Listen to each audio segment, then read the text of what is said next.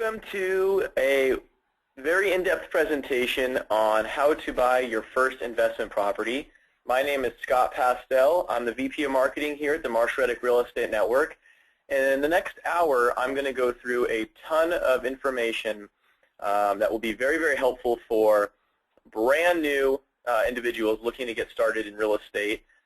Even those that have bought property in the past, and maybe it's been a few years since you've researched or gained the knowledge on today's real estate investment climate. But I'm going to hopefully show you just about everything you need to know in the next 60 minutes in order to have a smooth and positive experience on your first investment property.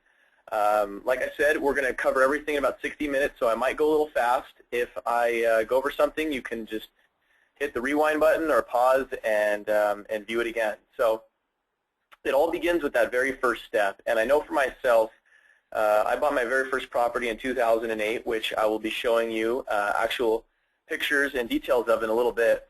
But it was a little hard for me to get started. And I find that very often is the case with most people. And either they lack the knowledge, lack the confidence, lack the amount of capital to get started. But as long as you know what you need to know, and as long as you know what to watch out for, what to avoid, and as long as you understand the process, then I think that's where the confidence comes in. And it's just a matter of setting your goals and knowing really which property and which type of investment makes the most sense for you. So this will be a very detailed presentation where I'm going to talk about some criteria that fits for many different types of people, because one property might make sense for one person, but it might not make sense for the next. So let's get started. Here's some of the main points that I'm going to cover. In a little bit, I'm going to talk about some of the major tax benefits of owning investment property that you cannot get from many other investments out there. The real crux of the presentation will be the 5 steps to owning investment real estate. And I'm going to break those down step by step so it's very clear and easy to understand. I'm going to be talking about how to qualify for financing. I'm going to be talking about some of the safe loans for investors, the types of loans that you want to be looking for when you're buying rental properties. Then I'm going to talk about property management ins and outs. And owning rental properties, property management is so essential. I call it the make or break factor in owning investment property. It really is the X factor and something that can determine the success or the performance of your property for years and years and years. After that, I'm going to talk about exact markets, actual markets in the U.S. that make the most sense to buy real estate. And one thing you'll realize is that each market, each geographical location is very different from another. Some markets are currently appreciating in value and going up. Some markets are holding flat. So it's really important to understand where in the U.S. it makes the most sense to buy real estate, and the property management will allow you to have a successful experience buying properties anywhere in the U.S. Then I'm going to talk about my favorite part, how to analyze the financials. I'm a numbers person, and I really like crunching data, looking at properties, and evaluating the potential cash flow, the potential returns.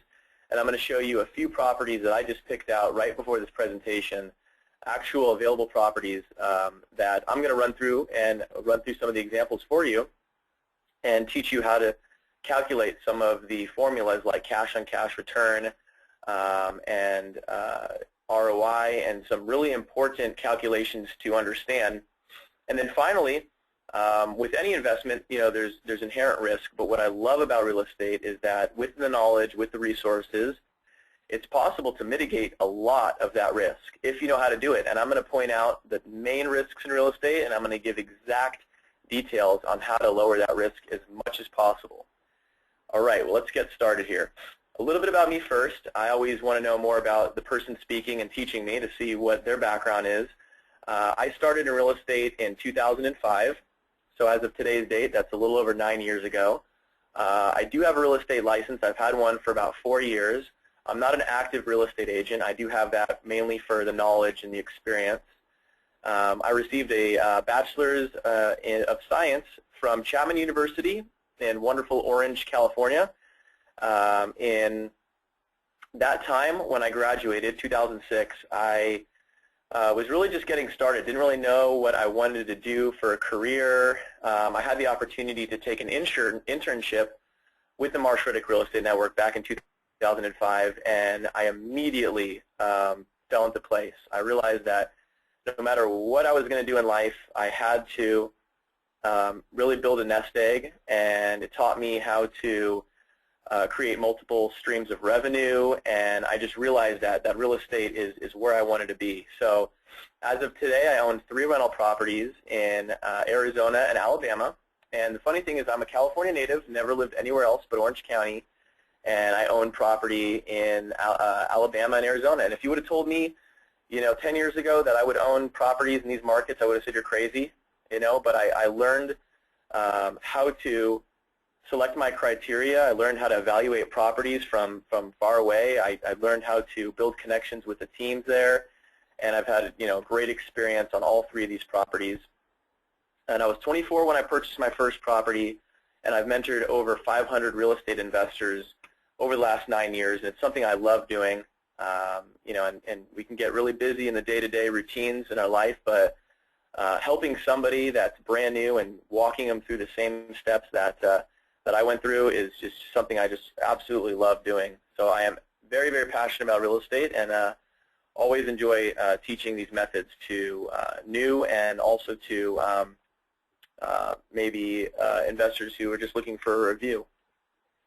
Here are a few of my properties. On the top right, that's me in 2000 and let's see, probably late 2008, when I finally visited my property in Mobile, Alabama. It was almost a year after closing on it. And if you can see, my tenants, they weren't quite as excited, I guess, as I was. I mean, for me, this was an extremely exciting experience. I got to visit my property and walk through it. But I think they were a little surprised to see this young kid show up in jeans and a Led Zeppelin t-shirt who owned the property. So, it was really cool to finally see this property, because I had bought it originally sight unseen. And when I tell people that, they think I'm crazy. But then I explained to them that I knew exactly what type of property I was looking for. I knew why I was buying it in Mobile, that at the time there was a tax benefit called the Go Zone that I wanted to take advantage of. I knew that I wanted to buy a relatively new property. This one was actually brand new. So I was the first owner. I bought it for $154,000, a 4-bed, 2.5 bath, 1,750 square foot house. So really fit my criteria, nice, easy bread and butter home. And it was exciting to walk through the property and see that, they had made it into their home. And finally, I realized that all this research and all this, evaluating properties, evaluating numbers was actually, a real tangible asset that I got to touch and see. So that was exciting. A little bit later, in 2008, I bought the property in the bottom right with my dad as a partnership. It's in the same development in Mobile, Alabama. And then there on the left was my third investment. You can tell immediately by looking at it that it's, got the desert landscape. It's a kind of obvious Arizona or Vegas property, but that property is in Phoenix, Arizona, a little bit outside of downtown Phoenix in a city called Wholesale. And the interesting thing is that with each investment, starting from my first to second to third, I had dramatically more experience and more expertise than the last. And this third investment here in Phoenix, I really felt by then like I really knew exactly what to look out for. So, you can spend a lot of time analyzing and educating yourself, but really going through the motions yourself, for me, was by far the most helpful process. So I'm going to ask a question. I always ask people to start thinking about why we invest our money in anything. It doesn't have to just be real estate. Why do we invest? And I've asked this question in presentations probably over 100 times. And I usually get the answer of, well, to make more money. Or sometimes I'll have people say, because we don't want to work forever, or to let our money work hard for us. And in my mind, the way I look at it is really for financial independence. And that could mean many things to people, but I look at financial independence as the ability to do what you want when you want. And I read statistics about the percentage of people in this country that hate their job or hate their boss or just really dislike, the day-to-day routine. And, that's really hard to hear that so many people are unhappy where they are. But what's even scarier is the amount of people that live paycheck to paycheck. And, real estate gives us so many advantages. Streams of income, we have tangible assets, tax benefits. But when I think of why I invest, what really comes to mind is, life's short, and I want to be spending my time doing the things that I love doing. Now, we all have to work. We all have to earn income and earn a living. But, what we do today and the things we do with our money today can really pave the way for our future. There's a quote that I absolutely love. I'm not sure who the author is, but if you do today what most people won't, you'll be able to do in the future what most people can't. And I've seen this to be true over and over and over again for those that have invested in real estate. So hopefully that provides a little bit more of a higher level idea of, why do we even invest at all. So when it comes down to the tax benefits, I always like to start off with some really eye-opening statistics. But most of us watching this presentation fall within a 20 to 36% income tax bracket. And if you're in California, like we are, then you know that we have the highest state income tax in the country at 13.3%. And the statistics show that most people work the first 4 months of the year just to pay off their taxes. So that means that not until May do you start actually realizing that income, and you actually start pocketing that money that you've worked so hard for. Book after book on building wealth will tell you that you never get ahead financially until you learn how to shelter your income from taxes. It's not how much you make, it's how much you keep and what you do with that money that really counts. What I love about real estate, among many other things, are the tax benefits. And it's obvious that the government wants us to buy rental properties. And this past recession, I think that it really, really was investors and institutional and private investors buying some of these distressed assets that really kind of helped us pull us a little bit out of the recession and the rut that we're in, and now we're down to record low inventory. So looking at the slide in front of you, you have a number of things there on the screen: mortgage interest, insurance, property taxes. These are all things that you want to write off on your tax return. And what you get with rental properties that you do not get with a primary residence is the depreciation. You can see I've underlined it there because we're able to write off the wear and tear of our building.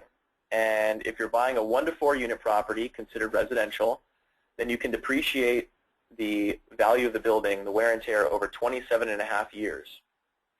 I use a CPA, and they're not the cheapest, but with 3 rental properties, I would rather have the best team out there helping me write off as many expenses as I can, showing as little income as possible to get all the tax benefits that I can. At the end of the day, the moral as a real estate investor is to treat your real estate as a business. I mean, there's so many wonderful hobbies and passions out there, but real estate investing should not be treated as a hobby. It should not be looked at as an emotional investment. You do not want to buy properties because of the lakes or the mountains or the beautiful scenery, because you think you may want to retire there one day, or because you have friends or family there. Those are not reasons to invest in real estate. You invest in real estate because it makes financial sense. So you want to make sure that you save all of your receipts, that you write off every single expense that you can, like I've showed on here, repairs, maintenance, improvements to the property, all of these things on your screen you are able to write off, and you're able to essentially lower your adjusted gross income through the depreciation of your rental properties. And for some of us, that might even help us lower our tax bracket and bring us down to a lower tax amount. And I've written at the bottom here, you want to make sure to talk to a CPA or tax advisor. I don't do my taxes myself. I rely on the professionals to do that. But this is just one benefit that owning rental properties gives you that you cannot get if you're flipping or wholesaling properties. And we all know, movie stars and athletes and celebrities that make millions and millions of dollars a year. And then we've all heard those stories of, their contract ends or they retire, and then they're, in the bankruptcy or in the slums, a few years later. And we think, how could that even be possible, So it really doesn't matter how much we make. It's how much you keep and what you do with that money that counts. And I've met investors who own 10 or more properties that have, a very, I'd say, reasonable income, but they save and invest, save and invest, save and invest, and then they're able to build true wealth through real estate. So here's a few very commonly known real estate strategies. We've all seen shows on HGTV. It kind of seems like there's a new one almost every week about flipping properties. Flipping is essentially buying a property, adding value to it, fixing it up, and then selling it in a short period of time, usually within 6 months, 6 to 12 months. Wholesaling has become a little bit more common, or a little more popular, I guess, these days. And essentially, you're taking title to a property but not even touching it, not doing any work to it, and then assigning title over to a potential flipper that will fix the property up and sell it. Buy and hold is a strategy that's been around for decades and decades. And when it comes down to it, I have never really met any really wealthy person, anybody truly wealthy that has built their wealth through flipping or wholesaling. I've met hundreds and hundreds of people who've built true wealth through buy and hold. You can even look back at some of our presidents in the past. George Washington, Thomas Jefferson, they all owned land, and that was really how they built their wealth. Mitt Romney has a very, very, very well-heeled 401k and self-directed IRA, actually. He owns a ton of real estate, and it's really kind of the strategy that is what I've seen used by actually successful, wealthy people. So what I have on here is that real estate investing is not a get-rich-quick program. It's a get-rich-right program. If you do it the right way and you implement true, proven principles, then you will be successful. When it comes down to it, flipping and wholesaling are really full-time jobs. I don't consider them an investment strategy. I consider them a job. And I've actually met a lot of people who flip properties that actually use that money to buy rental properties because they know that that's really where they're going to build the true wealth over time. So this slide I really, really love. I think it's one of my favorite slides in the whole presentation. Some genius came up with the ideal acronym. I wish that I could say I came up with it, but I found this years and years ago, and I thought it was really brilliant because it illustrates 5 key benefits to owning buy and hold rental property. And the very first one here, I'll just give you the answers there. The first one stands for income.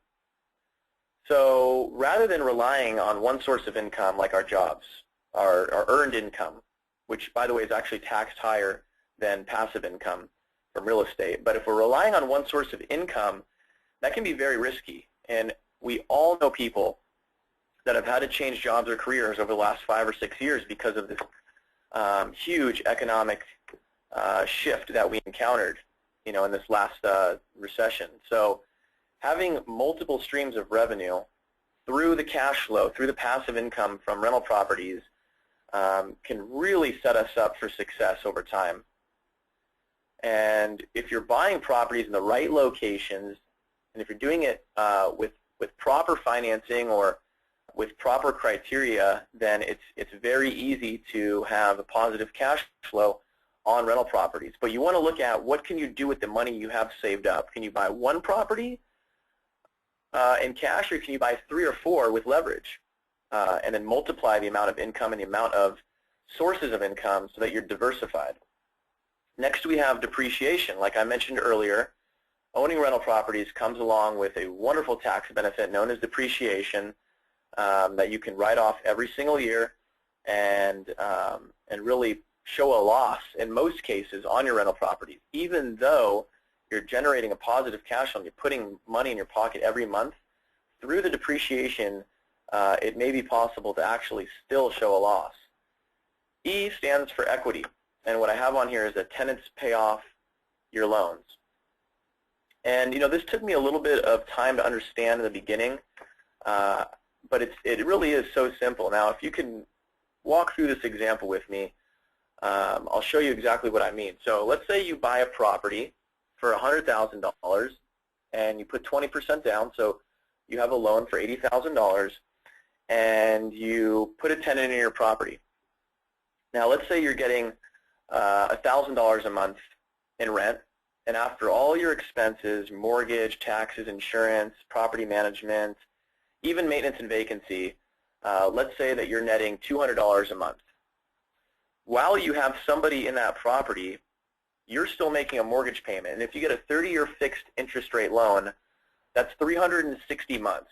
So your loan is amortized over 360 months. Now, if you know how banks work, then you know that the first 10 to 15 years, your payments are going mostly to interest. They know they make the majority of their money up front. But over time, in the future, after that, let's say 10, 15-year period, you're now starting to make more payments towards principal. But even from that very first month, you still have some of that payment that does go to principal. Well, the basic accounting formula for net worth is you take your assets, you subtract your liabilities, and you have your net worth. So let's say from that very first month, your tenant pays you that $1,000, and you take $800 of it, pay all your expenses, including your mortgage. Every single month, your liability decreases because that loan is being paid off. But you're not making that payment. The person living in that property is making that payment for you, and you're still making money on top of those payments. So throughout time, your liability goes down little by little by little by little. Your net worth is increasing, and then eventually that loan is paid off. You can accelerate the payments, pay it off quicker if you'd like, or you can sell it in the future. But the idea is that that property will be able to go up in value over time, and that's where I have appreciation. If you're buying and selling properties in a short period of time, if you're, let's say, flipping properties, you don't get to experience that long-term gain in appreciation. And where I live in Orange County or San Francisco, or I've seen markets that have appreciated dramatically over the years, and that's really where you get the main benefit in real estate. Cash flow is great. I love positive cash flow. I love multiple sources of income. But over the last 6 years, I've seen some decent appreciation in my properties, and that's really what excites me the most. Finally, L, which is the use of other people's money or other people's time. And for me, that OPT, that other people's time, which relates to property managers, is extremely beneficial. I mean, there's no way that I would have a full-time job working 50, 60 hours a week and be able to manage my 3 properties, let alone, having 5 to 10 properties, which is where I ultimately want to be in the future. There's just no way that I could manage that all the ins and outs that go into that if I didn't have good property management. So leverage is so important. Now, we've all heard the expression, what are the 3 most important words in real estate? And I think this term probably was created like somewhere in the early 20th century. I think it's been around for probably who knows how long. I remember hearing it when I was a child, but I think it's only half true. I think when it comes down to it, that there's really 6 main factors in real estate: location, location, location, and timing, timing, timing. And let me illustrate that example for you with the property that I purchased in Phoenix, Arizona. So this property that I now own in Phoenix was actually the 4th house that I made an offer on. And I bought it in 2010. In 2010, there really weren't as many people confident about the real estate market as there were today. But I knew that I was buying at or near the bottom of the market. So I had my criteria. I didn't go out there. There was no possible way that I could have gone out to look at properties. I had a property manager and an agent in my back pocket looking at properties. They knew the criteria. They knew that I didn't want a property that I have to put a ton of fix-up work in. They knew how much I could afford, so I gave them my criteria, And the fourth house that I finally got an accepted offer on is the one that you see in front of you. It was built in 2007, 3-bed, 2.5 bath, 1,700 square foot house. So let me make something very, very clear. I never want to live in this house. I have no intentions of moving to Phoenix, Arizona, but I bought a house that had a very, very high demand for rent. I bought a house that would be easy to maintain. I bought a house at a time that I knew there was a tremendous amount of value, future value and future growth potential in this property. So now with the internet, it was really easy for me to get all this information that I'm going to share with you. So the very first owner who bought it in 2007, when it was brand new, paid $207,000, which actually, you know, is, from what I've seen, a little on the lower side. I've seen properties in Phoenix 200 to probably 260 like this type back in 2007. And the market rent was about $950 a month. So let me ask you a question. How much money, how many dollars would you need to pay out of pocket in order to have even the slightest amount of positive cash flow on this property? Whatever you're thinking, double it, because it would have taken about $107,000 down with closing costs, about $113,000, which is a 52% down payment, just to have $150 a month in positive cash flow. That's a 1.6% annual cash-on-cash return. Nobody would do this. My guess is that the first owner occupied the property, probably got it at 0 to 5% down. The value dropped considerably. They couldn't afford the payments, and unfortunately for them, they had to foreclose on the property. So 3 years later, I come along, find this property listed for sale, talk to my agent. She goes out to the property, looks at it, takes pictures, walks through it, assesses the needed fix-up items, which are very minimal, less than $1,000 to fix up. I had to replace a stove and clean the carpets and a few other minor things. But this was the fourth one that fit my criteria, and I got the offer accepted at $96,000 exactly 3 years later. Now, the market rent at the time in 2010 was anywhere from $850 to $900, and my strategy is to be competitive, and I highly recommend you do the same. I always try to beat the competition out there and get my property rented as quickly as possible. So same question, how much would you need to pay out of pocket to make a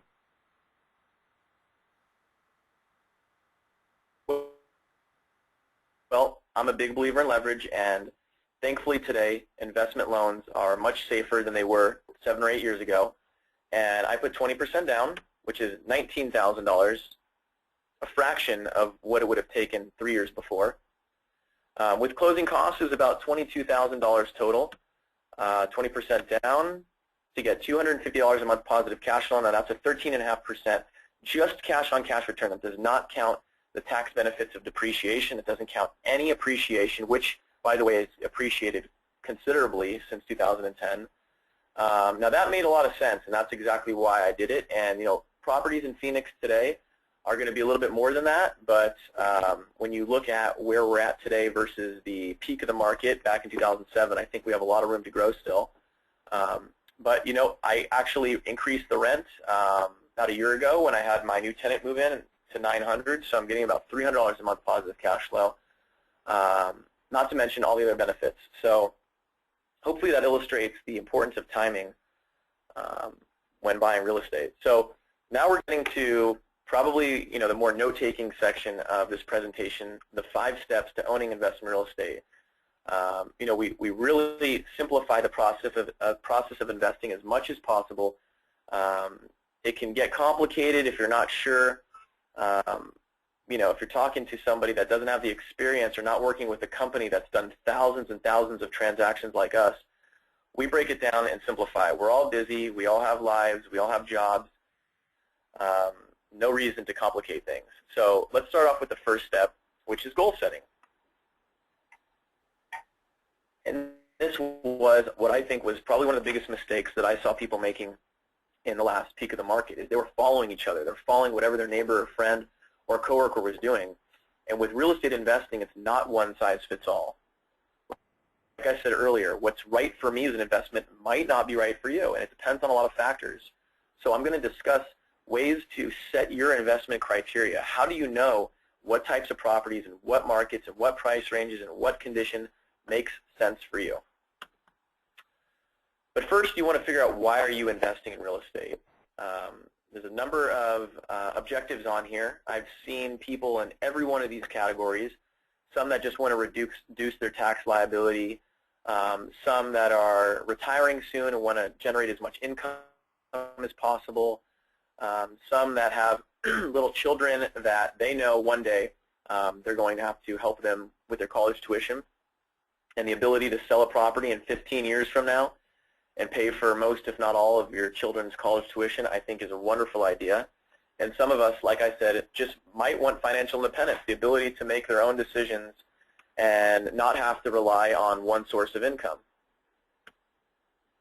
So this slide is probably, like I said earlier about the ideal slide, this is also one of the most important slides in the whole presentation. Setting your real estate investment criteria. So are you looking for cash flow, or right now do you maybe have very little expenses and a few $100s a month doesn't really excite you? You want appreciation. Maybe you have 20 or 30 years to wait for a property to double or triple in value.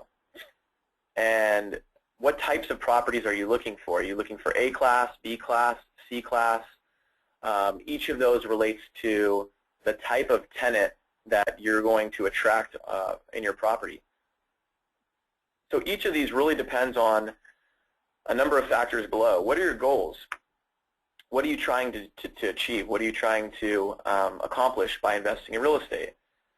Then you want to look at things like your age. Age plays a huge factor in real estate. I'll give you an example. For myself and my little brother. Let me take my little brother. My little brother is 26 years old. He owns 3 investment properties that he purchased from the Reddick Real Estate Network. He paid off his student debt. He went to UC San Diego, was able to pay off his debt. He doesn't have any car debt. He bought a used Acura in cash. He doesn't have a family yet. He's got very little expenses. He's renting a condo in San Diego. So for him, income isn't that important. He has a good job. He makes good money. He wants properties that will appreciate in value over time. So he owns a property in Phoenix and another one in Austin, Texas. So his criteria, it really is going after properties that will appreciate. Now, my father just retired. I've never seen him happier in my entire life. He's 66 years old, and he's buying property that has income. He needs to supplement the income that he was making from his job.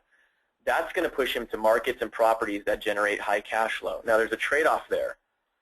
When you buy properties that have higher cash flow, you're generally buying them in areas that do not appreciate in price over time. And if you're buying high appreciating properties or properties that are poised for appreciation, you're probably not going to get a ton of cash flow. And then there's kind of a sliding scale in between. Your experience plays a huge role. If you're new to investing, you want to stick to newer properties. You want to stick to single-family homes. I wouldn't recommend buying a multi-unit if you've never owned a single-family property before.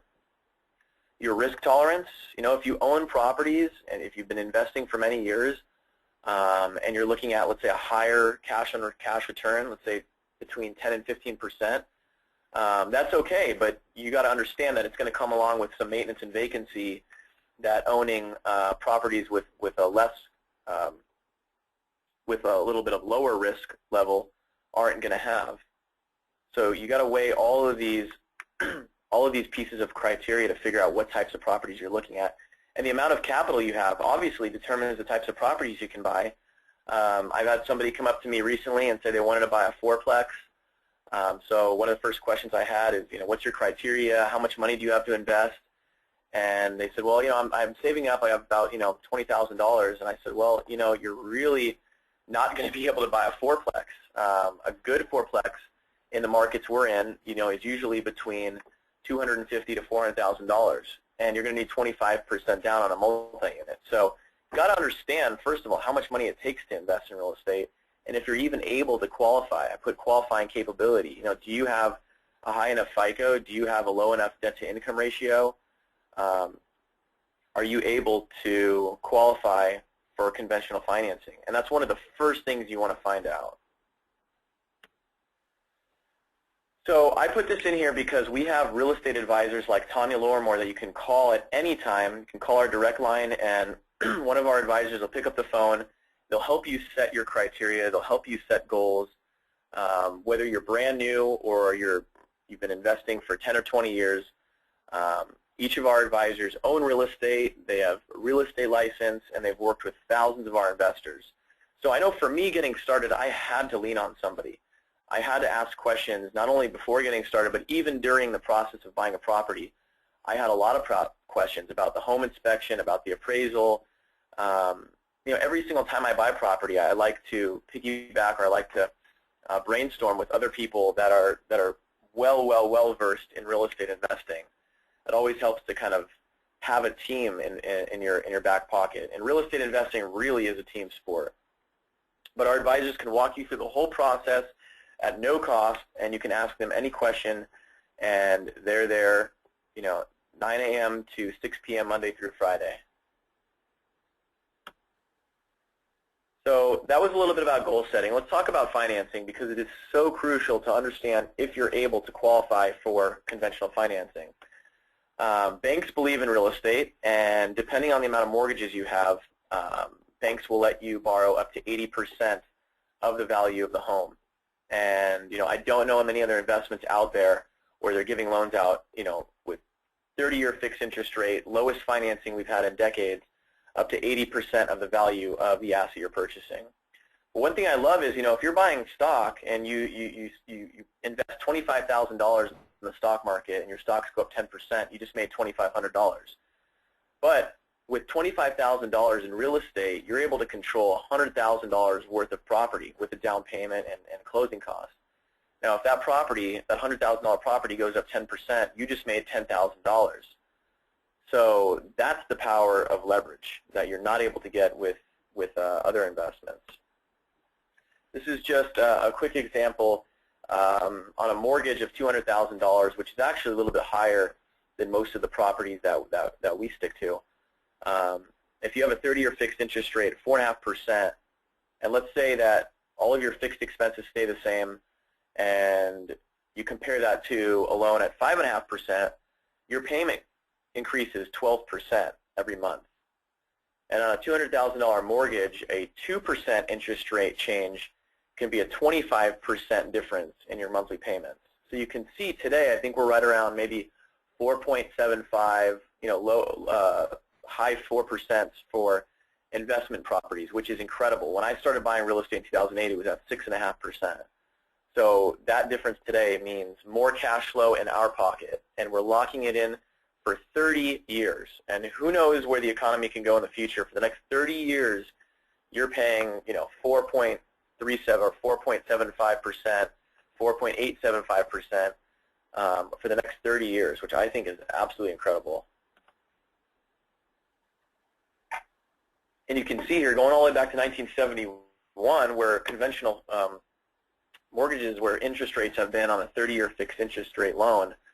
I mean, some of you might remember in the early 80s during the Carter administration when rates were as high as 18%. It's impossible to get cash flow with rates that high. And where you see right now, this ends actually 2011 and got cut off, but we're even lower than that. I think we're like right around between 4.5% and 5%, which is just historically low over the last 40 or 50 years. Keep that in mind. That is so huge, which makes timing today the best it's been in really decades. So when you look at lenders, there's a lot of lenders to look at and to choose from. Now, I think a common mistake that most people make is they'll walk into their local Bank of America, or they'll walk into their local Chase or Wells Fargo, where they've had their consumer banking for years, and then try to get a non-owner occupied mortgage on a rental property. And maybe that rental property is in Texas or Florida, and they don't really know any better than to talk to a direct lender. They don't know that it's important to look at lenders that specialize in investment financing. And we've worked with every single lender you can imagine out there. And our main preferred lender is AmeriFirst Financial. They're a direct lender with Fannie Mae and Freddie Mac, and they've worked with hundreds of our investors over the last 10 years. and they're licensed in a lot of the markets that we sell investment property in. Reed Hazard is the loan officer or mortgage consultant that we've been working with for many, many years. His office is located in San Clemente, California, but it's extremely important to know what type of lender you're working with, not just to make a decision based off of fees and based off of interest rate, but to look at, does this lender have a track record? Are they experienced in the markets that I'm buying property in? Can they get the deal done on time? And like I said, Reed's licensed in California, Texas, and Arizona, and his partner Brett is licensed in Tennessee and Indiana, and that covers a lot of the markets actually that we specialize in that I'll be sharing with you guys in a little bit. Process of getting pre-approved. So it's really, really simple, requires really no obligation at all, and it's so important to understand, can you qualify for financing? But when you're buying a property in this market, you know, a pre-qualification really just doesn't cut it. Sellers are looking for not just the amount of the offer given, but how qualified is this buyer? You know, if I take this property off the market, are they going to be able to close on it? You know, I mean, they're relying heavily on the ability of the buyer to actually follow through on financing. So it's really important that you're not just getting pre-qualified, but you're actually getting a fully underwritten approval on any property that you're purchasing. And what that actually includes is the following. When you talk to a lender like Reed, they're going to have you fill out an application. You're going to fill out a credit report. They're going to pull the credit, make sure that you have a decent credit score to be able to qualify for that loan.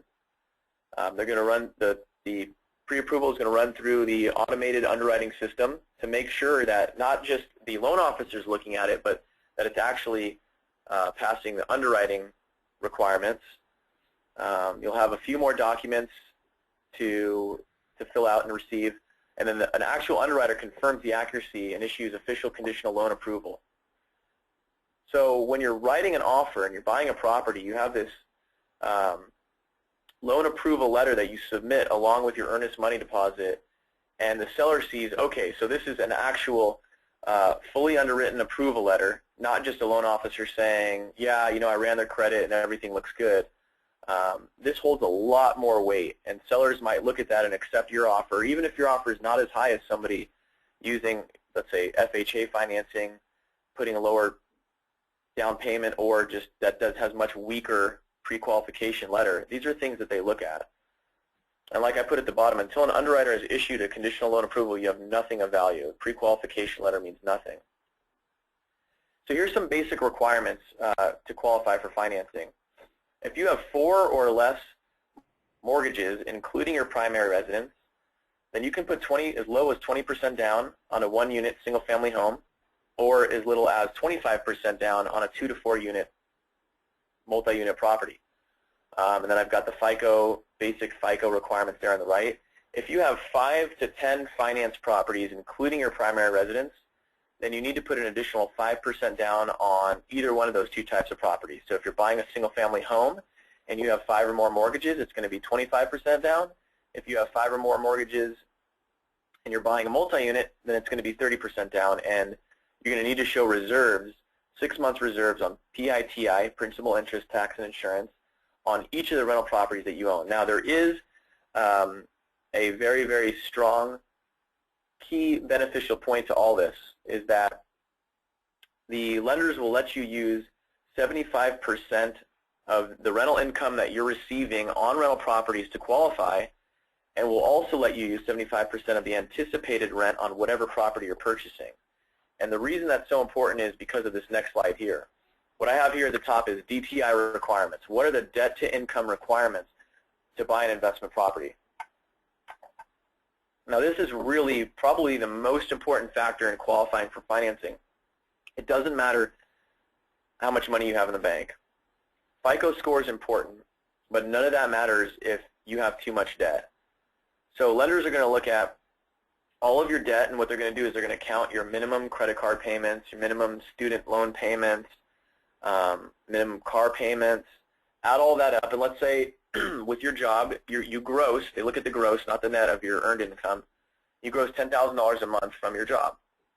Let's say all of your ongoing debt payments that I just mentioned add up to $4,000 a month. That's a 40% debt-to-income ratio. Buying a $100,000 property as an example, if you have a 680 FICO, then the debt-to-income ratio is going to need to be 41% or lower. With a 700 or above FICO score, you can have up to a 43%. If you don't know your debt-to-income ratio, just talk to a lender. They'll ask you a few questions, and they'll be able to give you exactly what that debt-to-income ratio is. And one of the benefits of working with Reed and AmeriFirst is they have something called a credit analyzer software, where they can use their system to figure out certain things that you can do. There's an algorithm involved in their software to tell you, oh, you need to pay this credit card payment a little lower, or you need to stop making or stop spending above, let's say, 80% of your credit limit on this credit card, and it's an algorithm that tells you exactly how you can increase your score. And then a month later, they can issue a rapid rescore, and your credit score might be able to improve. So something really cool. You really don't need to pay thousands of dollars for credit repair. And working with a lender like Reed, they'll tell you exactly what you can do to bump your credit score up a little bit. So once you write that offer and you attach your pre-approval letter and your earnest money deposit, if you get an accepted offer from the seller, you want to send your loan agent, send your lender the following information: a copy of the signed purchase contract, a copy of your earnest money check, and updated bank statements for whatever account you're using with the down payment.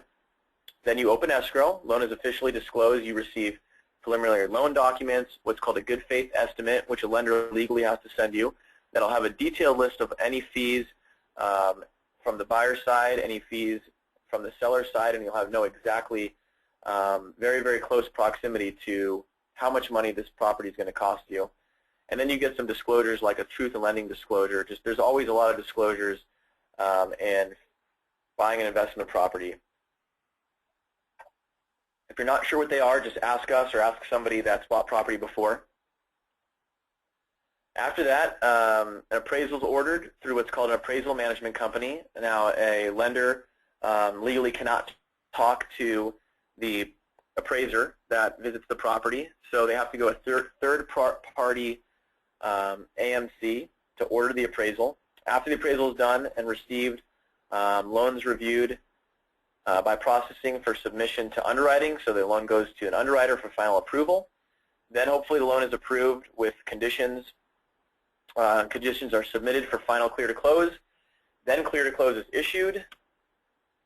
Documents are drawn and sent to escrow for signing, and then you'll have your lender set up, usually a mobile notary, to come to your office or come to your house to fill out all the closing documents, and then the loan funds. Now that really should take between 30 and 45 days. If you're working with a lender like Reed, a lender that specializes in investment financing, they are going to make sure that you close on time. If you'd like to talk to Reed and get pre-qualified, or excuse me, pre-approved, or if you have any questions at all related to qualifying, if you're not sure if you're able to, or you have any general questions, give Reed a call. After financing, after understanding financing, one of the most important steps is due diligence. So one of the main things that you want to look at is researching whatever area you're planning on buying property in. The main thing you want to look at is the job market. Is the unemployment rate increasing or decreasing? Which major employers are setting up offices and are setting up companies wherever you're buying? The job market is going to determine the vacancy rate. And a lot of times people ask, what's the vacancy rate in a particular market? How come it's so low there? How come it's so high? Well, look at the unemployment rate. An area like Austin, Texas, with a 4.0% unemployment rate, I mean, it's no surprise that the vacancy rate on most properties that we're buying is below 5%. In most cases, we see properties renting out in a matter of a week or two. It's because the job market is so strong in Austin. All of these things you can find online. Affordability is huge. If you're buying a property in a market that has very low affordability, you're going to have a tough time eventually selling that property. You're going to have a tough time renting that property out. I bought in Phoenix, Arizona because I knew that I could get my property rented quickly, and I knew that there was a huge pool of local Phoenix residents that were able to afford to live in my property. So I was able to rent it quickly. I rented it in 3 weeks, and that's a home run. And is the population increasing or decreasing? All these things are so easy. Just type it into Google, and you should be able to find it in just a matter of minutes. This is a great website that we use. It's called Sperlings, and if you Google Sperlings, you'll get get straight to this website. With Sperlings, you can look at things like the median income level and any particular zip code. You can type in a zip code or a city. You can find out the unemployment rate. You can find out the demographics of that market. And what I like to look for is what's the cost of living in that area? Is the cost of living below the national average or above the national average? And I really like to stick to areas where the cost of living is lower because that attracts all kinds of people. Now, looking at the actual property, when you're researching addresses and researching properties, the internet is wonderful and allows us to do a lot of cool things, but we can't get exact details online. We're going to have to order an appraisal. We're going to have to order a home inspection. We can have our real estate agent order a CMA, which is a comparative market analysis, to get rental comps. But you can still do a lot of cool things online. Verifying the purchase price. What I usually like to do is I jump on Zillow, I type in the address, and I look at which properties have sold within a very close proximity to the property I'm looking at in the last 3 months. I don't look at what's listed for sale. That's not real data. The real data is what's actually sold in the last 3 months. If I'm looking to rent my property out, let's say a tenant in one of my properties moves out, I jump on Zillow and I look at what comparable properties are asking for in rent. And a comparable property is a property built within a year or two of my property. It's within 100 square feet of my property, has the same amount of bed, same amount of bath, and I have to look at recent data over the last 90 days. So you're able to find all that on Zillow and Trulia, Craigslist, Hot Pads. Those are great websites to verify rents, to figure out what other people are asking for in rent in my area. Now, looking at property condition, all I can really do from the internet is do a Google Maps search and walk down the street and look at outside pictures. But I also have a property manager, and you can call property manager or call 2 or 3 property managers, have them look at the property that you're looking at, and have them take interior and exterior pictures. But eventually, during that escrow process, you're going to order a home inspection. So that's a 30, 40-page detailed report of the property's condition. And then location. And I look at aerial map views on Google Maps. How close is it to shopping and entertainment? How close is it to the freeway? I just want to see where is the job market? How close is my property to the job market? Are there schools and churches and shopping centers nearby? Is this a place where people want to live? Showed you guys Zillow already. Google Maps, like I said, is so useful to see where your property is located in relation to the major attractions of the area. So let's say you've done your due diligence, you find a property, you make an offer. Now you're going through the escrow process. Now, when you're making your offer, you have to submit a few things. The first thing you submit is what's called an EMD, or an earnest money deposit. The seller sets that amount, and it's usually between $1,000 and $5,000. So you make a check out to the title company chosen by the seller, and it sits in that escrow account. You provide your pre-approval letter. You're putting either 20, 25%, maybe a little bit more down. And then you have some closing costs. These are things like title, escrow, appraisal, home inspection, loan origination fee if you're using a lender. And the average, we estimate it to be usually between 4 and 5% of the loan amount, and that's an estimate. That good faith estimate that you receive from your lender will tell you exactly what your closing costs will add up to once the loan funds. And it's always a good idea to have reserves. Knowing these things will tell you how many properties you can purchase with leverage. And I always tell people, if they're in a position to take advantage of financing, do it, because rates will not be this low for very long. They're not going to stay this low for most of our lifetime, and it allows us to multiply the amount of real estate that, that we own and be diversified.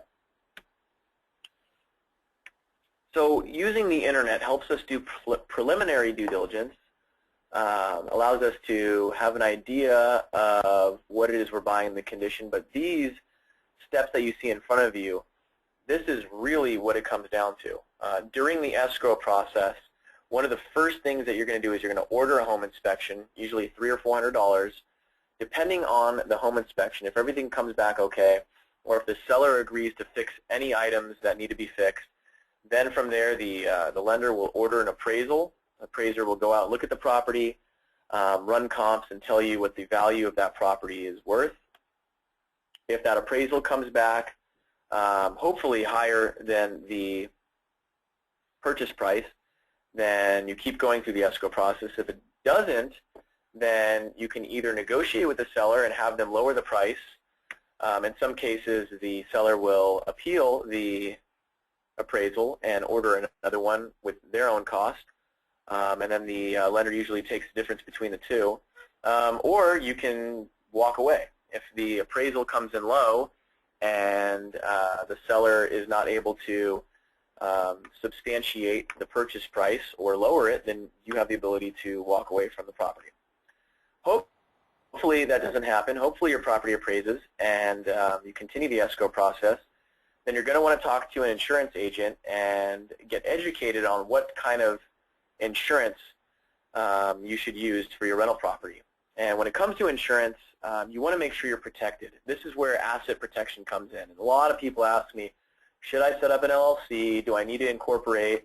And what I usually tell them is, well, what are you trying to preserve? You know, how much real estate do you currently own already? Is it free and clear, or is this the first property that you've ever purchased? And if that's the case, having $1 million umbrella policy and getting liability coverage up to $500,000 can be all the asset protection you really need.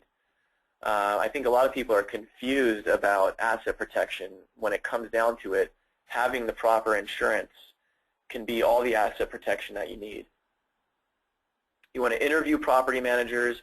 Hopefully by this point you already know the property manager you're using. You're going to have title insurance, so your agent will order a title report, make sure that the property has free and clear title, and then eventually the lender will call a notary out to visit you, and then you sign documents. Each one of these is a safety net. Each one of them is a benchmark during that process to ensure that you're protected. And then the last step is selecting property manager and getting your property rented. So let's talk about property management for a little bit here. Because for myself, you know, I didn't start buying properties so that I could take phone calls on the weekends or the evenings from my tenants. I don't specialize in property management. I don't intend on being a property manager. I believe in letting the experts take care of the things that they specialize in so that I could spend as little time and as little stress on my properties as possible. These are just a few things that good property managers do, and when it comes down to it, for the cost of having a property manager, having them do all of these things for me so that I can focus on the things that I'm good at and the things that I love doing is well worth the cost. Each time you have a vacancy, they're going to estimate any necessary fix-up costs. They have contractors and sometimes subcontractors that will get your property fixed up as quickly as possible. Property managers don't make any money when your property is vacant. They make money when it's rented. So they're incentivized to get that property fixed up and rented quickly too. They're going to advertise the property on dozens of websites online. They're going to show the property. If they have a prospect who's interested, they're going to walk them through the property and excite them about moving in. Then they're going to screen those applicants. So after somebody fills out an application, they're going to go through that screening process. They're going to do a verification of employment. They're going to call their employer. They're going to do a criminal and background check. They're going to run a credit report and see if they have any judgments or evictions on their credit report. And they're going to do a rental history. So they're going to ask, where have you lived before? And they're going to ask for usually 2 or more previous landlord references. And they're going to call those landlords and they're going to ask them, what condition did they leave the property in? Would you rent to them again? Did they pay on time? So the whole screening process is so key. And good property managers will do an excellent job of screening that applicant. They're going to get the lease signed by the tenant. You're going to sign the lease. You're going to get a copy of the lease. They're going to collect the rent, on the beginning of the month. I always recommend setting up a direct deposit, filling out an ACH form, so that your property manager sends you, your rent direct deposited, not having to wait a few days for the check to come. And they're going to provide you a monthly and a year-end statement. So every single month you're going to get an email, or you can sign on to your online portal that most property managers have. You can check your statements. You can, at the end of the year, take that year-end statement and forward it off to your CPA or whoever's doing your taxes. Makes the process of doing taxes so much easier. And they're going to do periodic inspections. And I always recommend, if you have a property manager, make sure that property manager walks that property and does an inspection at least once a year. And this is something that people forget if they manage their own properties. I've talked to people who have done this on their own, and they haven't been inside their properties in 4 or 5 years. That scares the daylights out of me. I make sure that I have somebody walking through my property at least once a year to do an inspection. And that can cost maybe $50, $60, but it's well worth it. They take pictures and they fill out a detailed report of how this person is taking care of your property. There's 2 main fees involved in property management. The first is the leasing fee. That's when you have a vacancy, and that fee gets deducted from the first month's rent. It's usually half of the first month's rent. Sometimes it's a flat fee. Some property manager will charge a releasing fee if that current tenant renews the lease after a year. It's usually very minimal, maybe $100, $200 releasing fee. And then there's the monthly management fee, which is usually 10 to 12% of the monthly rent. Now our model is that we select professional property managers in each area, and we provide them with the bulk of the business that they receive. So our property management fees are usually between 7 and 8% because the property managers we work with have a lot of volume, and they know that at any time we can switch our business to a different property manager in the area. So that is one of the biggest benefits of using the Marsh Reddick Real Estate Network, is getting reduced fees for property management and leveraging the relationships that we've had for years and years and years in each of the markets we're in. So, like I said, I'm a California native. I love California. I don't plan on moving out of California, but I know that my dollars will work way better for me if I buy out of state. One of the main things that I look at is cash flow. It's almost impossible to find any properties that make sense in California that have positive cash flow. You're going to need to be probably 2 or 3 hours outside of a major job market, way out in the desert, middle of nowhere. Your vacancy rates are going to be much higher, and it just doesn't make sense. So if I'm buying properties where much closer to the job market, I'm looking at $400,000, $500,000, $600,000, $700,000 for a property. I don't want to put all my eggs in one basket. So I could literally buy 3 to 5 properties out of state and quadruple at least the amount of cash flow that I'm receiving and be diversified. And it's all because of OPT, using property managers. And I honestly, if you're buying a property 20 minutes from your house or 200 miles or 2,000 miles from your house, I recommend using a property manager. This is just a page that I took off of the National Association of Realtors about a month ago that just shows some of the major cities in the country, and you can see the dramatic difference in affordability in some of these areas. If you're looking at the top, Cleveland, you can see Atlanta. Most of these markets that are very, very well known and strong job markets are much more affordable than areas at the bottom, like where I live, near LA or San Diego or San Francisco. You can see the dramatic difference in median home prices. So, it's really, when you're investing, do it in a market that's affordable, that makes sense. Now, there's one more thing about California that I don't particularly love, and it's the tenant-landlord laws. Tenant-landlord laws are actually governed by the state. They're not federally governed. So each state has a slightly different set of tenant-landlord laws that relate to evictions or rent restrictions. California is a very, very tenant-friendly state. And, we're, a liberal state, so it fits into favoring the tenants, not the landlords. So in California, and I've seen this hundreds of times, people that own here, they've gone as much as 6 months until they finally get somebody out of their property that's not paying. And a property like where I own in Phoenix, or properties in Texas or Florida, or any of the markets that we're in, it's much faster to go through that process. Getting a court hearing from a judge is as little as 2 days. They could literally be late after the 4th of the month and out of the property, kicked out by a sheriff by the end of the month. So look at worst case scenarios in owning rental properties and just make sure that the odds are in your favor. And I've added some websites at the bottom so that you don't have to listen to what I'm saying. Go on in these websites and verify. So $90,000 is kind of the average purchase price of a lot of homes that we sell out of state in different markets. So I looked at what can my money get me here where I live, near LA, and I found a property like you're looking at just does not fit in to the criteria of homes we sell. We like newer homes in good school districts that will appreciate in value, that will have as little vacancy and maintenance as possible. This property is 80, 90 years old, very, very, very small, and it's not in what I call I think an affluent area or a very safe area either. So if we're going to stick to California and we're going to look for homes here that are in good areas, we'll be lucky if we find a property like the one here on the left in Riverside. I searched for quite a while before finding this property, and my guess is that it probably needs a ton of fix-up work because most properties like that are $450 and above. But look at these two properties for a second. Now, personally, I would love to live in either of those properties. I think the houses look nice. Square footage is good. They're both 4-bedroom. They're both 2,200 and 2,500 square feet, and they're not really that old either. They're built in the mid to late 80s.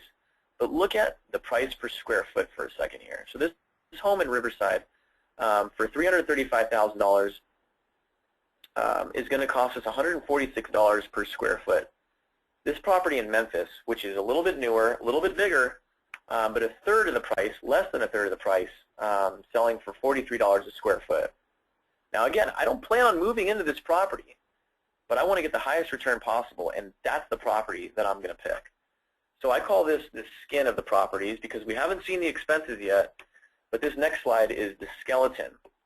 And what you're looking at here is a financial evaluator that we've put together that has all the expenses on each property, and I factored in all of the information to really help me figure out, I can't make a decision based on this information because again, I don't know here what the property rents for. I don't know how much the HOAs, or I don't know the insurance costs. There's a lot of things that I don't know by looking at this slide.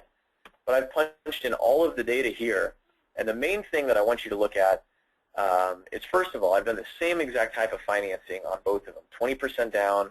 I just rounded up to make this example easy, a 5% interest rate over a 30-year period. When we take a look at this, we can see that now the rent is a little bit higher in Riverside. It's quite a bit higher. It's $1,800 a month. And on the Memphis property, this property was already rented for $1,245 a month. Neither property had any HOA, and the tenants paid the utilities. But if we go down here, I factor in vacancy at 8% just to be safe. I factored in maintenance at 8% just to be safe. Go down towards the bottom where it says debt service and look at the difference in the mortgage payment. Now, the principal and interest payment in Riverside is going to be $1,400, where the principal and interest payment in Memphis is going to be $471. Most of us spend more money on our gas on a monthly basis, or maybe even our cell phones or our children's cell phones, than that mortgage payment. So although the rent's quite a bit higher in Riverside, it is not nearly high enough to give us a positive cash flow. So look towards the bottom where it says financial projections. Here, look on the left. It says annual cash on cash return. So below that it says out of pocket. We had to spend $75,000 to get a negative $587 a month payment. That doesn't make any sense whatsoever. So to have this property generate a positive cash flow, we probably have to put about 40–50% down just to barely break even.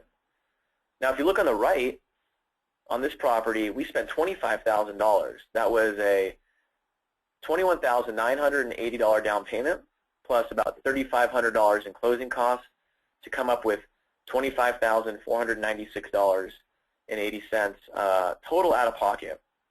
And that's that cash flow of $244 a month, or on the right, almost $3,000 a year, comes out to about 11.5% cash-on-cash return. Again, not counting depreciation or any appreciation in value over the time. So looking at this, we can do this 3 times in Memphis. We can buy 3 of these with the same amount of money that we spent on this property in Riverside to get a $587 a month in negative cash flow. Makes no sense whatsoever. Now the problem is most investors that end up making this mistake and buying a property barely breaking even, whereas they could have bought 3 or 4 in more affordable markets, they don't know how to run these numbers. Now I hope that this analysis you see in front of you is helpful. If you want to use a calculator like this, jump on our website, click on investments, find a property. On every single property, we have a little button that says Show Financials, and you can plug in the numbers and evaluate if the investment makes sense on paper. It doesn't matter how pretty the house is or what's happening in the market. If it doesn't make sense financially, then don't do it. And that comes to one of my favorite quotes is live where you want, but invest where the numbers make sense. We have investors who live in Thailand, Hong Kong, Canada, all over the world, and we've worked with investors in over 10 countries that are buying property here in the U.S. They don't live here. They have property managers. They do everything remote. They check their statements online. They make email communication with their property manager. They evaluate their properties online. And through our system, you're able to live where you want and invest where the numbers make sense. So here's a few pointers on how to create what I call worry-free investing. We stick to single-family homes or 2 to 4 unit buildings. We don't like condos or townhomes. The HOA payments are high.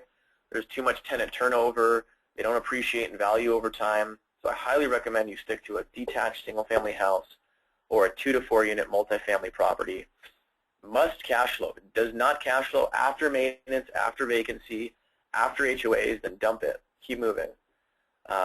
I particularly like rent-ready turnkey properties, especially homes that are already tenant-occupied. You're able to get a positive cash flow from the moment that you close escrow. Now this one in the middle here is the most important one on the slide. That's why I bolded it. But stick to suburbs of large metropolitan markets. Now that metropolitan market could be Atlanta, it could be Austin, it could be Indianapolis, it could be Phoenix.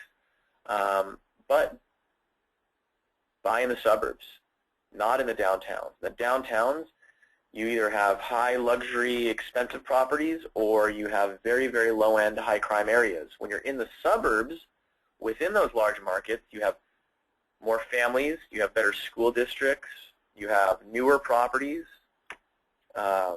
You're attracting families that stay longer in that property, and you're usually getting a property that's newer in a better school district, in a better area.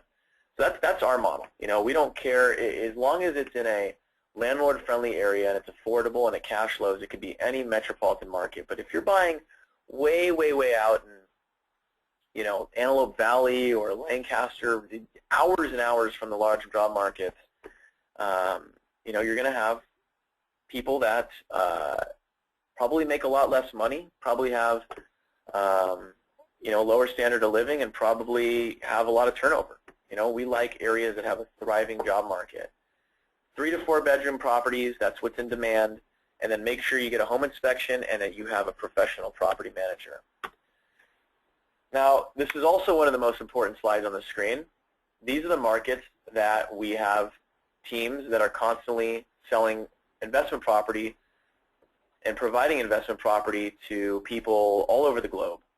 You'll notice that a lot of these areas are state capitals: Boise, Atlanta, Indianapolis, Austin, and even the ones that aren't state capitals are large metropolitan markets. We're not in these markets because there's any affinity or emotional attachment. We're in these markets because it makes sense, and let me give you that criteria here. They're all landlord friendly. They'll have a lower than national average unemployment, lower than national average cost of living, high rent versus purchase price. This is what completely rules out California. In California, I could buy a $500,000 property if I'm lucky that rents for $2,500 a month. That's not going to cover my payments. Now, in any of these out-of-state markets, I could buy 5 properties, each at $100,000, each that easily rents for $1,000. That's $5,000 of income. I just doubled my income because I bought in markets that have a high rent versus purchase price. Some investors like to use 1% of the purchase price. 1% is the rent of the purchase price, and if you're able to get close to that, you're going to find that you're going to have a very strong positive cash flow. And there's low vacancy. We're in these large markets that have a thriving job market because there's low vacancy. Now remember, if you're buy and hold investor, you may own that property for 10, 20, 30 years. So you need to be buying properties in areas that have a strong economic outlook. And that brings me to the next point, economic diversity. I've flown up to North Dakota, to the Bakken. I've visited these oil towns, and it's exciting, but it's also a little scary because I don't know how long that's going to last for. And one thing about these areas in North Dakota is that nobody wants to live there. You know, they're working and they're looking to get out as quickly as possible. And I don't see a very strong economic outlook for those areas. I get very frightened when it comes to these oil towns, boom and bust areas. I like markets that have a very nice economic split in technology and agriculture and manufacturing and finance and trade and all these different industries, because if one industry softens, it's okay. You still have a ton of demand for jobs, and your rents and your vacancy will not suffer from it. Strong education is very important. One thing you get with these large cities and these state capitals is a ton of universities. And these good universities attract good future homeowners, attract good future tenants, keep the values strong. And the last one on there is reliable property management. It's not that hard to figure out which markets in the U.S. make the most sense to buy real estate. It is very hard to find a team that you can rely on, and we have property managers in each of these markets that we've been working with for years, some over 10 years, and it gives us peace of mind in knowing that they rent properties quickly and knowing that they communicate with the tenants and knowing that they have honest, ethical contractors that fix properties up quickly and competitively. So that's where the Marsh Reddick Real Estate Network really comes in, is you get to leverage the relationships we have with all these property managers that charge very, very low fees. Now, this is me right now, if you're looking. That's how excited, that's not literally me, but that's how excited I get when I look at properties. Now, let me show you just a few examples here. This is a fourplex in Boise, Idaho, brand new. This is a great A-class property. But you can see here, $405,000 for 4 units. Total rent, $3,600 a month. I cannot find anything anywhere near where I live for $400,000 that brings me that kind of income. But to buy something brand new in downtown Boise in a thriving job market with very low vacancy that makes me over $1,000 a month in monthly income, and if I want to be conservative and factor in some future maintenance and vacancy, I'm still making $640 a month in net income. That's a great return, and I would call this a great A-class property because of the type of tenants that move here. It's in a very I guess, strong part of Boise, near downtown. Brand new property, not going to require much maintenance and vacancy. Great A-class property. This property you're looking at now is in Oak Grove, Kentucky, which is just outside of Clarksville, Tennessee. That has one of the largest military bases in the country.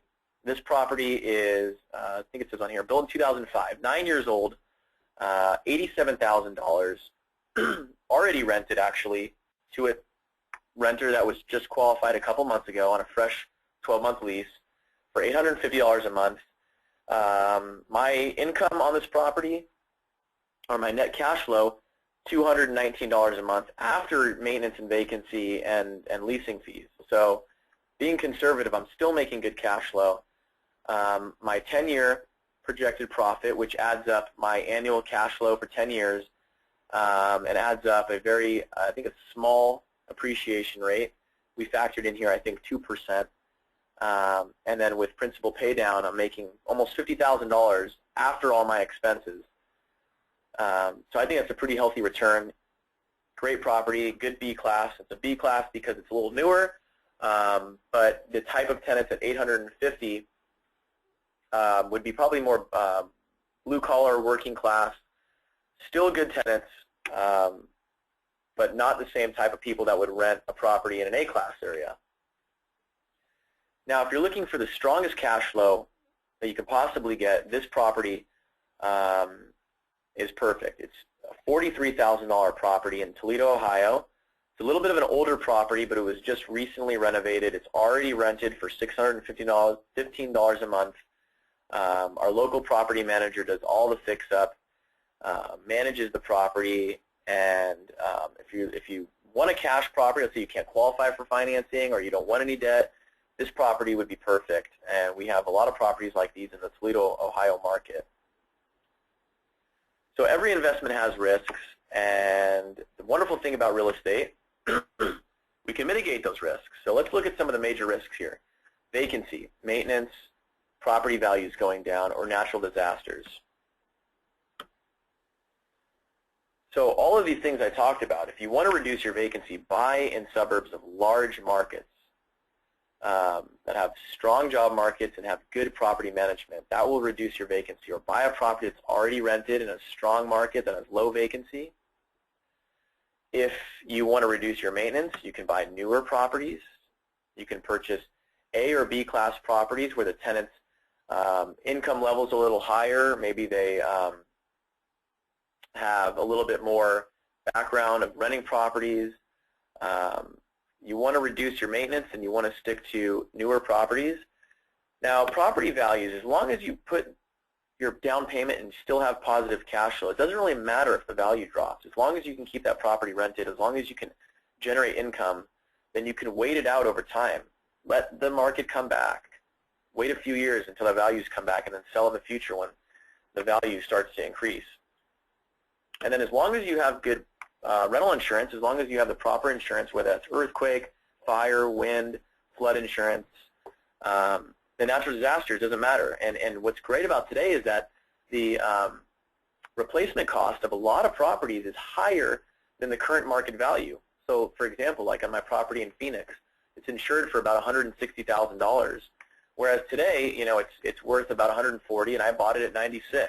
So if that property gets destroyed, you know, I cash out $160,000 because that's what it costs to rebuild that property. And that's exactly what you should look like at the end of your investment experience. When it comes down to it, once everything's said and done, you should be excited. You should be have a tremendous sense of accomplishment and feel really good about your investment. And that was way back, you know, several years ago before I shaved that beard. I don't know what I was thinking back then, but I finally visited my property a couple months after closing on it, and it was such an exhilarating feeling to know that, you know, it was closed, this was my property, I made a great decision, and 4 years later, you know, I couldn't be happier about this property. But I know there's analysis, there's some stress, and there's some, you know, unknowns, but at the end of it all, you really should be very happy about your decision. So how to get started? Well, if you haven't been on our website, excuse me, then make sure to visit www.mrren.com. But you're probably watching this presentation on our website.